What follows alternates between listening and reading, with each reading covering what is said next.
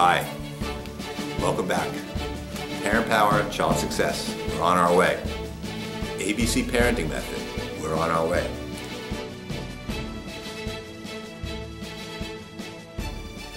Hello, welcome back to another episode of Parent Power, Child Success Skills.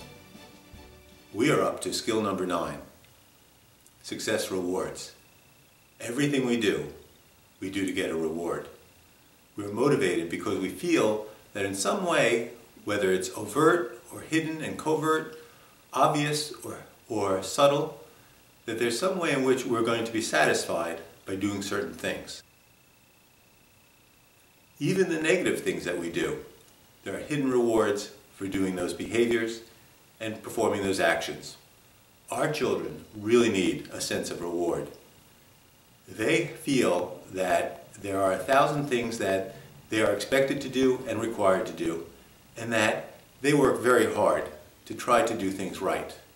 But many times our children feel as though no matter what they do, they're going to be criticized, they're going to be directed, they're going to be doubted, and they're going to start to think to themselves, I don't know, rewards are not forthcoming.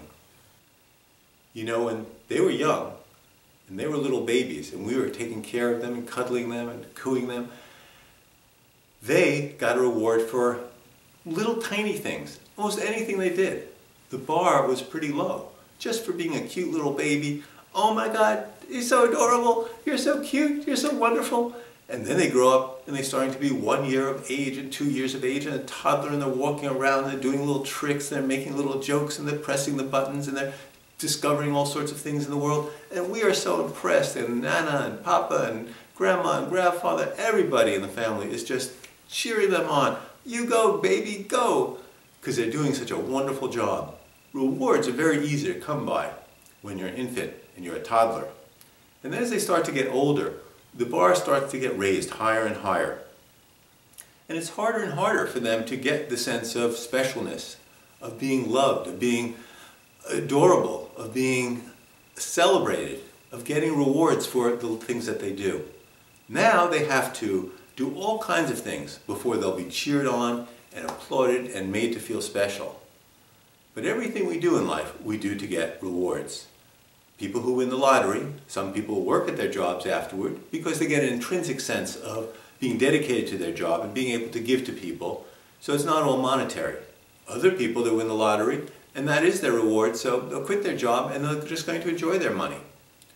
The problem is with school today, rewards are not very forthcoming. There's a lot of frustration, there's a lot of aggravation, there's a lot of failure, there's a lot of self-consciousness and embarrassment.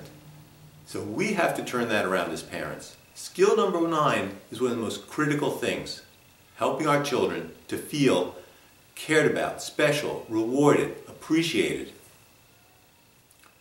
Now, we can give them rewards in a very informal basis, an ongoing way, to make them feel proud about what they're doing, because ultimately, any tangible material rewards that we give them ultimately are just a stepping stone to start to have reward become intrinsic. A lot of parents and a lot of teachers feel, well, I shouldn't have to bribe my child to do the work, to do what they're supposed to do, because children should be intrinsically motivated, rewarded to be able to do the things that they need to do. But the problem is that in order to be intrinsically motivated, it has to start off extrinsically. That child has to have an experience of their parents, of being in school, where they got some real appreciation in their environment from other people, tangible rewards, monetary rewards, little toys, whatever it might be, to begin to feel like, hey, I'm pretty special. I deserve this. I worked hard to get this. I am proud of myself.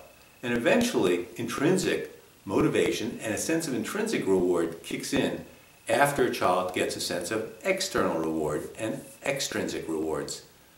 But it becomes very difficult for children to achieve too much of that in school. Some children get a sense of reward, once an hour, once a minute, because they feel very proud about what they've done, or other people are appreciating because they're natural talents at certain things, or they're doing good in school, and the teacher maybe really likes them, and they're cute and they're adorable, and they get all the stars. Other children get a sense of reward not even once an hour, maybe not even once a day, maybe not once a week or once a month, barely once a year, or no rewards at all. These children end up giving up. All they get very often is direction, direction, direction, criticism. You should have done it this way. Why don't you do it that way? They get doubted. We have to turn this around. We have to, as parents, make sure that our child feels special and they feel appreciated for what they do and they feel rewarded for their effort. That way, they will be intrinsically motivated to all through life persevere with all the difficulties they'll encounter. Now, success rewards, parent skill number 9, can be done in 2 ways. You can keep it very informal and just make sure that you're giving intangible and also maybe tangible rewards for effort, hard work, accomplishment. And you do that on a regular basis, hopefully even a daily basis. Oh my God, I love you so much. You're so good at math. Oh my God, you're so brilliant. How are you so smart at these things? This work is really hard. I'm really impressed by you. You're doing fantastic. The more specific we are in terms of giving that feedback, the better it is very often. Or else a child will tire of it and feel like, oh well, my parent is just going to be my fan club no matter what. It gets kind of boring. We need to be sincere about it, and we need to do it for very specific things. It definitely helps a bit more.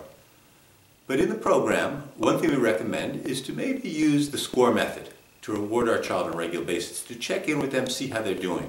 Because the SCORE method helps them to feel a sense of being monitored, being looked at for how their work is going, and to get reward in a specific way for what they're doing. The SCORE method you'll see in the parent app on your iPad, iPhone, Android device, Windows device, if you have the app. If you don't, get it. You should have the app if you're following along with these skill building sessions. But as you'll see in the handout and the material in the app, the SCORE method starts with S, S-C-O-R-E, and S stands for successes. Have a SCORE session with your child, once a week. Try to have it once a week, where you sit down for 10 minutes, maybe 20, maybe even half an hour, maybe only 3 or 4 minutes. But once a week, maybe at the beginning of the week, you sit down with your child and you go over through the SCORE method. And you start it off with successes. Okay, Jimmy, what do you feel most successful at, most proud about having accomplished in the past few days, in the past week, today, or this past time in school or outside of school? What are you proud about? And get Jimmy to start off with their sense of what they did that was right, what they did that they're proud of, what they feel good about in terms of having put some hard work in. And your child might say, oh well, I watched a great movie and it was a lot of fun. No, that's not what we're talking about, having fun and just watching a movie. What we'd like to know is, what do you feel proud about having achieved or accomplished? What did you do? What's some work that you put in where you felt like good about doing it and you saw some results and you got some good results from it? And applaud and say, wow, that's fantastic. How are you so good at that? You did so great. That's wonderful. Give them a sense of reward from sharing that. But don't let them off the hook. Don't say, I'm not good at anything. I didn't do anything this week. No, not acceptable. Everyone, you particularly, I know you do good things. I have faith in you. I know that you put some work into something. You were nice to your brother. You did a special thing for a friend. You did some work in school. You struggled when things were difficult. Tell me about it. S-C-O-R-E, SCORE method, SCORE sessions. C, check the checklist, check the chart. Once a week, or maybe more often, once every 2 weeks, if only that, go over your child's doing great chart. See where they're at, see what the scoring is, discuss it with him or her, find out what it is, and again, reward, applaud, say, well, that's fantastic, you're really making an effort. And or you can go over their checklist, the things that they have to take care of, whether they're really doing it, whether they're on top of them. And where they've kind of fallen down, they're not doing so good, it's a great opportunity to be able to say, well, put on your thinking cap and think, how can you get better at getting all ones on your doing great chart? And making sure you take care of everything on your list. What's getting in the way? What are the problems or barriers or difficulties that you're having that's getting in the way of your being able to score ones on the doing great chart, or get all the things done that you need to do? So have your child problem solve, you help them problem solve, develop the skills when you check the checklist, and certainly reward them. Say, oh my God, this is so good, this is so great, you're doing so wonderful. I am so proud of you. You're really making an effort. You are an incredible person. S-C-O-R-E. O. Open a PIPS discussion. A PIPS discussion is problem identification, problem solving. Our children, just like us, are dealing with all kinds of difficulties, aggravations, frustrations, emotional hurts, wounds, traumas, problems. Their problems are as big as ours on their little scale. Our problems are very big, but for them and what they're dealing with, they experience it as just as big as our problems. So when you go to and open a PIPS discussion, you allow your child the opportunity to talk about, well, what are the things that have been difficult, that are getting in your way, that have been a problem in school or with friends or in the family or with me, with your mom, with your dad. What are things that are difficult and what are solutions? We're a family, we're people who dwell on solutions, we don't dwell on the problems. We identify problems and we get to know what is difficult, because life is all about dealing with difficulties. But the whole answer to that is, what are the solutions? And have your child and or both of you work together on finding solutions. Why don't you try this? Or what else can you think of to do? To have them be able to solve these problems and get the faith in themselves that when they encounter difficulty, they're able to deal with that. They're able to solve that problem. And the problems can really be anything. All sorts of things might come up. And sometimes children are a little bit reluctant. They need their own privacy. You can't expect them to share everything about their world and what's going on with all their friends. But if they get used to it, that, hey, share something, we're going to work together to be able to solve these problems, they begin to grasp, understand, and use the philosophy that life is difficult, a challenge, a test, a mission, and that all it takes is developing the skills and finding solutions. And maybe you can draw up an action list with your child. What are the 3 things that you can do to solve this problem? What you should say to somebody else to maybe make up with for a fight that happened, or find a solution, or find a compromise, to be able to help them learn how to really solve difficulties that they encounter. SCORE. R. Role play success skills. Each week, they are practicing and trying to do the doing great skills and getting better at those. So you might want to role play those with them. If they're not doing so good or having a problem with them, how can you get better at being able to get ones on your doing great chart and achieve the 2 key goals that you have? Or the other skills that you're working with them, from parent skill number 5, teach success skills. There are all kinds of skills, and I keep accentuating memorization skills, but also a child could have difficulties with writing, could have difficulties with their behavior, impulsiveness, could have difficulties with emotions, could have difficulties with reading, writing, arithmetic, all kinds of different things. And what you can do is go through the motions with them. Role play how to build the skill, how to strengthen the skill, how to get better at that skill with them. When they go through the motions, fake it till you make it, it helps them to really learn and have the self-belief that, hey, I've got the capacity to learn this, to do this better, to use this skill. Sometimes just words are not as effective as having them do it. So you could play the teacher or the friend, or you could play the piece of paper that they're writing on to kind of, some children have a lot of problems with getting words on the paper or something like that. You hold up a piece of paper. Whatever it is, have them physically do something to be able to build the skill, learn the skill. SCORE, E, end with rewards. Let your child know that there are rewards for achieving things in life. That in all the things that we do, it's very, very important to work hard in order to get the benefits, in order to get the goodies at the end of the day. And so because you've worked so hard, this and that, we're going to end with a game, having fun together, a ticket, points that you get to trade in for whatever it is you want to buy at the store, or extra dessert, or extra privileges around the house, or being able to have things that you make up. You can make up a list in advance that they're working on, or they can have it at the end. But very, very important to have our children really know that there's some rewards coming in. Now, the more difficulty a child has, and the more he or she struggles, the more important it is for those rewards to be more frequent and to come perhaps even on a daily basis. For a child who struggles less, who can contain their desires and their emotions, then maybe at the end of the week, or maybe even at the end of the month. But don't be withholding with rewards. But rewards don't only have to be material, as we know. Be loving, be caring, be appreciative, be congratulating, high fives, like, wow, this is amazing. Like, just celebrate their success, enjoy it with them. Say, let's do a dance for, like, you're doing such amazing work and being so good. So rewards very often can be intangible. They don't have to be other things. But in terms of parents who are a little concerned about bribery, once again, everything we do, we are bribed to do. We do for a sense of reward. Sometimes the bribery is actual money. Sometimes the bribery is getting the things that we want from other people, or feeling good and proud about ourselves. So your child really needs a sense of reward. They do need to be bribed.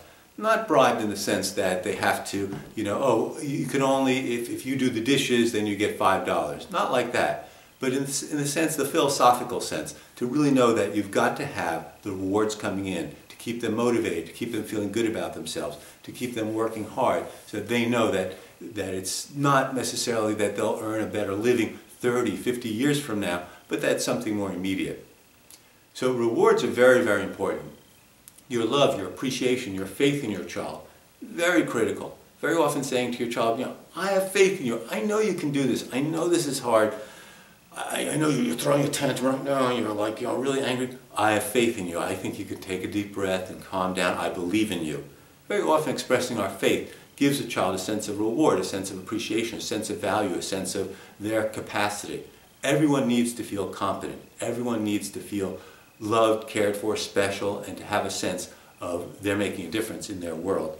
So we can give it to them. As parents, we are so busy with trying to direct our child in terms of what to do, what to take care of, what not to do. And we're giving them a lot of direction, and we need to give them that. But very often it just feels as though, oh, everything I do, nothing I do is really all that wonderful, but somehow I'm not doing all these things that I'm being told I need to do. So the criticism becomes what is most forefront in their minds, feeling as though, well, no one's really appreciating me, so they give up. So we want to keep the positive coming. Your parents really need to be your biggest fans, on your side, celebrating you. A lot of parents and children that I work with, they get into trouble because these patterns get established day after day, week after week, month after month, and year after year, where a child knows how to press their parents' button.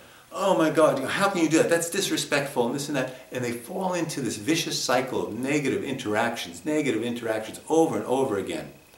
You've got to take a step back and not get on their level. We as parents have to really make sure that we change around that, because that can be very rewarding, getting the negative response from our parents, because then we get an emotional involvement from an adult. We see the power that we have to be able to influence an adult. We get all this attention. We get to get our parent to get distracted from what we really have to do. So very often these vicious cycles can be very rewarding after a while in and of themselves.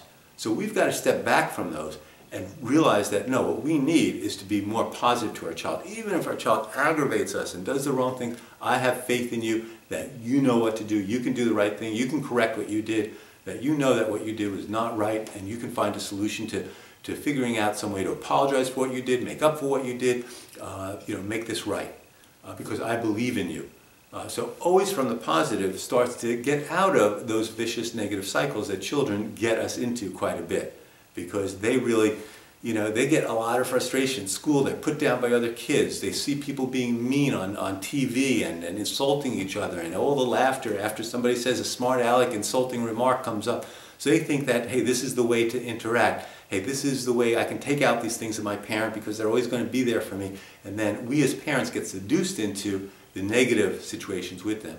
So we always need to know that we've got to build our child up. They need a lot of building up. We've got to be their biggest fan club. We have to reward them. We have to help them feel good about themselves, because life is tough, and building the skills that we need to be able to succeed in life takes a sense of accomplishment, competence, and reward that we can get from our parents, that we can give to our child, because I know you love your child so much and you want the best.